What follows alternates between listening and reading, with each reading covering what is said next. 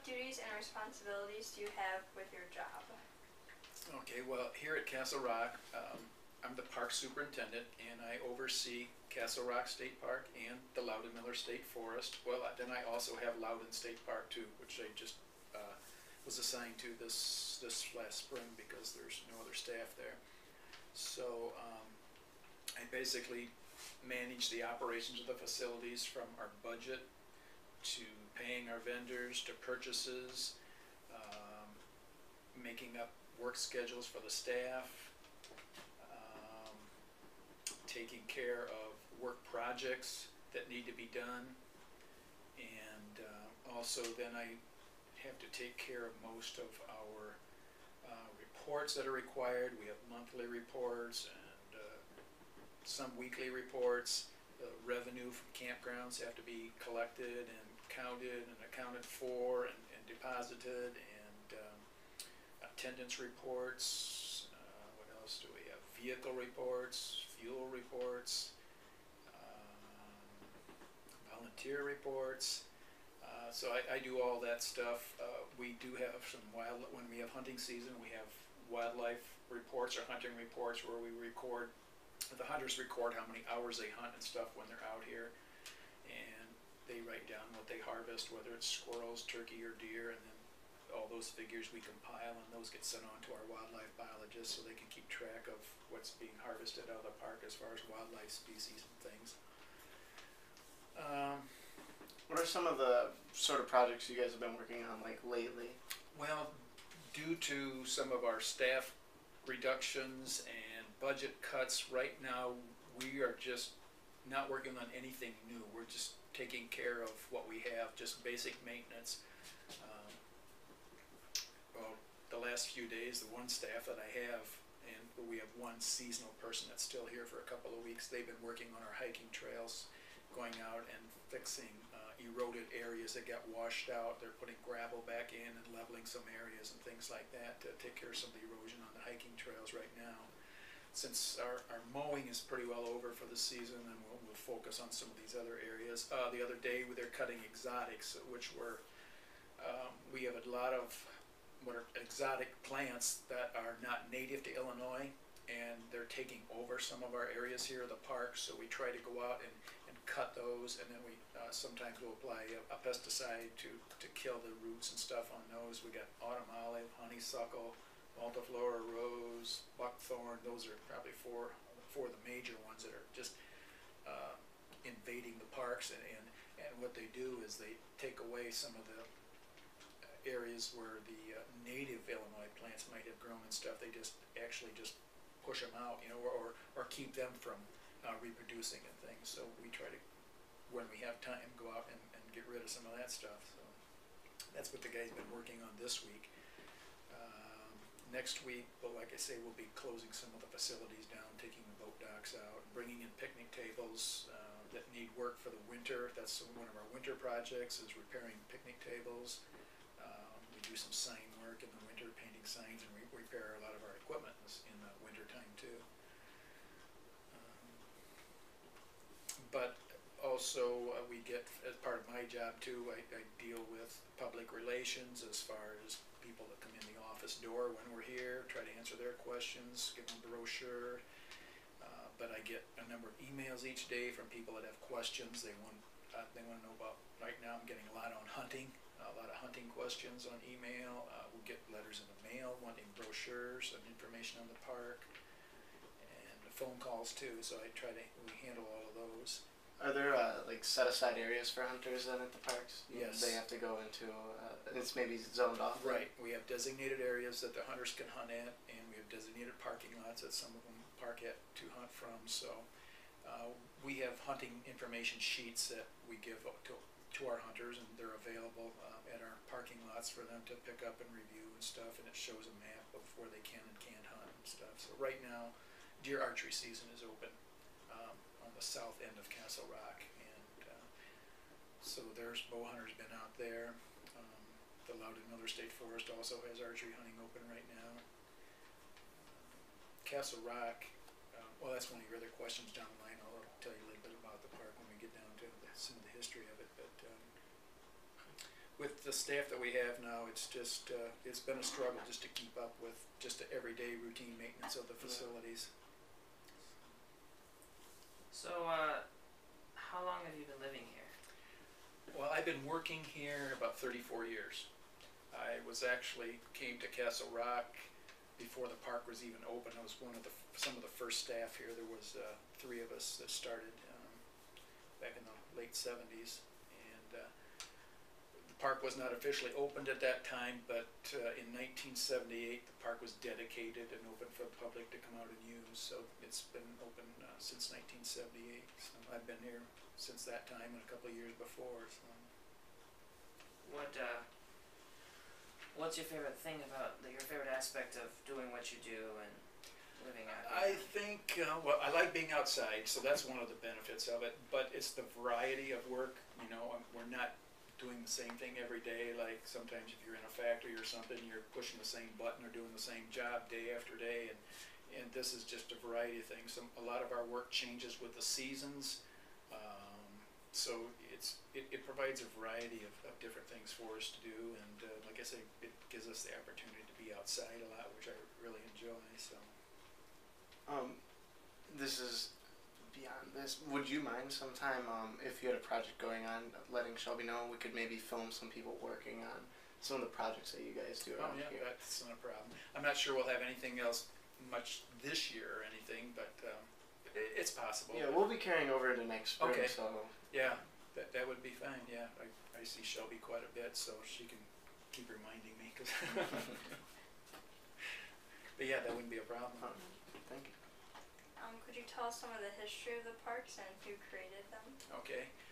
Well, the Castle Rock area here, actually, some of the first interest in making it a state park goes back to like the 1920s, and there was a group of people out of Chicago area, and at that time they didn't have a lot of good transportation, but they would take the train out as far as it would go, and there's a guy by the name of Jens Jensen. He was a landscape architect in the Chicago area, but he loved the outdoors, and so they formed a group called Friends of Our Native Landscape, and every weekend when they could, they would take train trips to different parts of the state, and they would come out to the Oregon area here, and they got down in, like, this was not a state park at all back at that time, but the land here was just scenic and pretty, and they thought it should be preserved, so they actually purchased some of the first parcels of ground here just through volunteer fundraising, just to protect some of these high quality natural areas here in the park. They even wrote a paper that gave to the Illinois legislators called it was Proposed State Parks of Illinois, and I mean there was a number of places throughout the state that they proposed to be state parks. But it wasn't until the mid-60s that the state itself, and we used to be called the Department of Conservation, became interested in actually starting a state park here. And then the state started buying parcels of ground here, which eventually now are part of Castle Rock State Park. So it's been a long process, but the original interest was clear back in the 1920s by this Friends of Our Native Landscape. And the main focus for Castle Rock was to preserve some of the high quality natural areas here. We've got some scenic bluffs, we've got some rare and endangered plants that live here in the park, and high quality natural areas, and there's some endangered species here that some of them it's the only place in the state that they do grow. A lot of those, if you ever pick up our brochure before you leave, are in the nature preserve here. We have one of the largest dedicated nature preserves in northern Illinois. We have 700 acres of it right here in Castle Rock. And the nature preserve is managed, overseen by the Illinois Nature Preserve Commission. We cannot go in and do stuff in the nature preserve without their blessings. And they just want to let it stay natural. You can't develop it into campgrounds or picnic areas or anything like that. So that area is left natural. Are there like trails to the area? There's no trails in ours, but people can go out there and walk around. You know, it's not shut off to the public, but it has a lot more restrictions to it than the non-nature preserve areas. And like I say, ours is one of the largest here in the state. So with 700 acres. But anyway, the Castle Rock, the main focus was to preserve these high quality areas, and then where they could provide recreational activities around protecting these natural areas. So we have our picnic areas, we've got hiking trails, we've got fishing here on the river, a boat launch facility for fishermen. We're open year round, so we get cross-country skiers and snowshoers in the wintertime. We do not have a big campground yet or anything. We do have a primitive canoe campground along the shoreline of the river. There's only 10 campsites there, and it's accessible. The campers have to access the area by water, and 99% of them are canoers. They'll paddle in with their tent and their gear, and then they can pull right their canoe up on the shoreline and set their tent up and camp for a night or two. And it's a primitive area in that there's no drinking water or electricity there, but the campsites each have a picnic table and a grill, and there's their porta potty down there for a restroom and stuff. But that gets quite a bit of use on the weekends through the summer months. In fact, we got the lady just called from the canoe place. We've got some campers coming in this weekend to camp there. So, but that's all that we have for camping here at Castle Rock right now.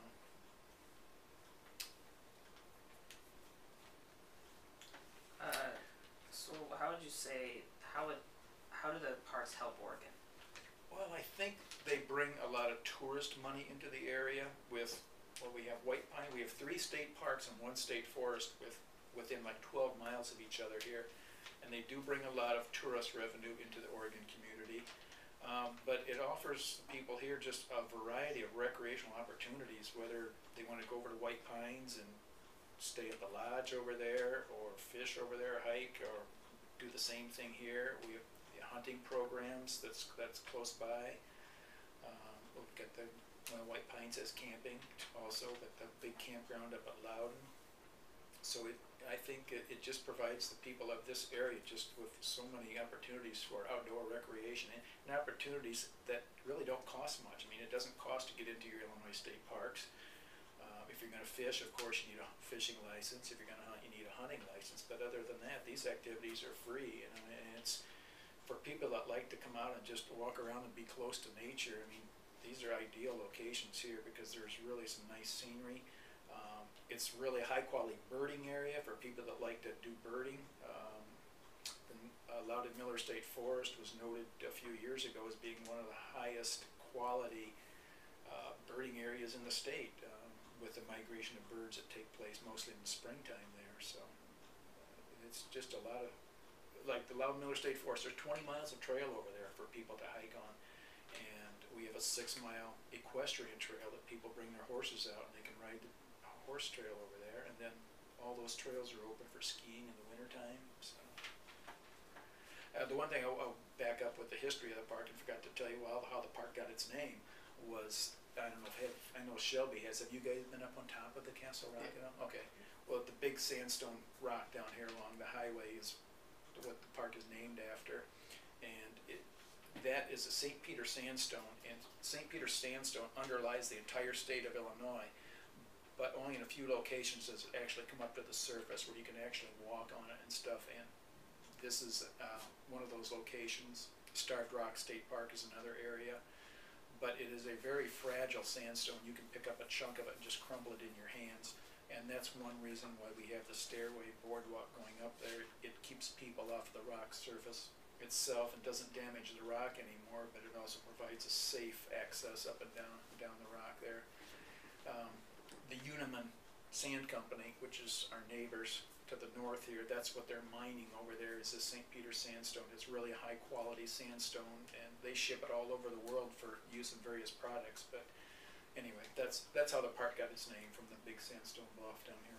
Is there any danger of the rock deteriorating over time just with rain and people? Yes. Or is there a chance that 100 years from now it's going to be half the size or something? Well, I don't know. It probably is going to look different, but I don't know that it'll look all that different in that time. I mean, it would take maybe, I don't know how long. I couldn't tell you for sure, but I mean, I've noticed a difference up there just in the 30 years I've been there.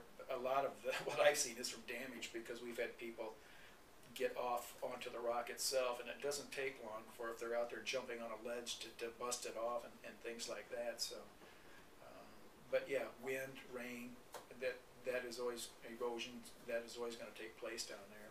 But hopefully, just keeping the people off of it will help preserve it for a longer period of time. What is the future of these parks?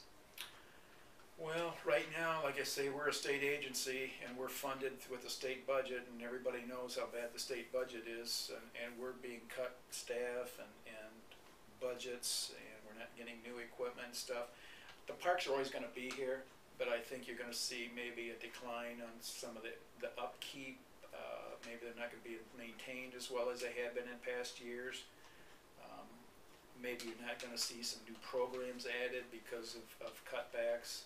But they'll always be here for people to use, but just maybe not maintained like they have been in past years, unless things change. You know, if the economy improves, I would expect things to improve. You're not going to see a lot of like new development. They're not going to come in here and build a campground or anything like that, just because of the funds. We're struggling, like I mentioned earlier, just to take care of what we have here. So. What are ways that people can get involved then in helping further the parks for a better future? Is there volunteer programs that they can do, donations? We have volunteers come out and do some work every once in a while for us. We have some groups that come out and pick up litter. We've had some scout troops come out in the fall and collect prairie seeds for us that we use in some of our native prairie plantings. We've had Earth Day the last 2 or 3 years where and actually been the same school out of Rockford has come down and planted seedling trees for us one year, and this year they planted prairie forbs or prairie plants for us in some of our prairie areas. We had a retired couple that would come out here and monitor our bluebird boxes. We had like 40 bluebird boxes scattered out here in the park, and they would come out through the birding season, spring, summer, and fall, and monitor. They would go through every house, see how many nests were in them. They would clean them out if there was a bird in there that we didn't want. They would count the number of eggs in it. They would come back every 10 days, count how many eggs hatched, and keep record of all that information. Unfortunately, both of them have passed away here within the last year, so we've lost that service. But and if people want to get involved, what's the best way? Should they contact? They could just come out here if they want. Yeah, just come out here to the office, and we try. Shelby's done a number of hours of volunteer stuff for us, with trail work and things like that, signs and for us on our trails.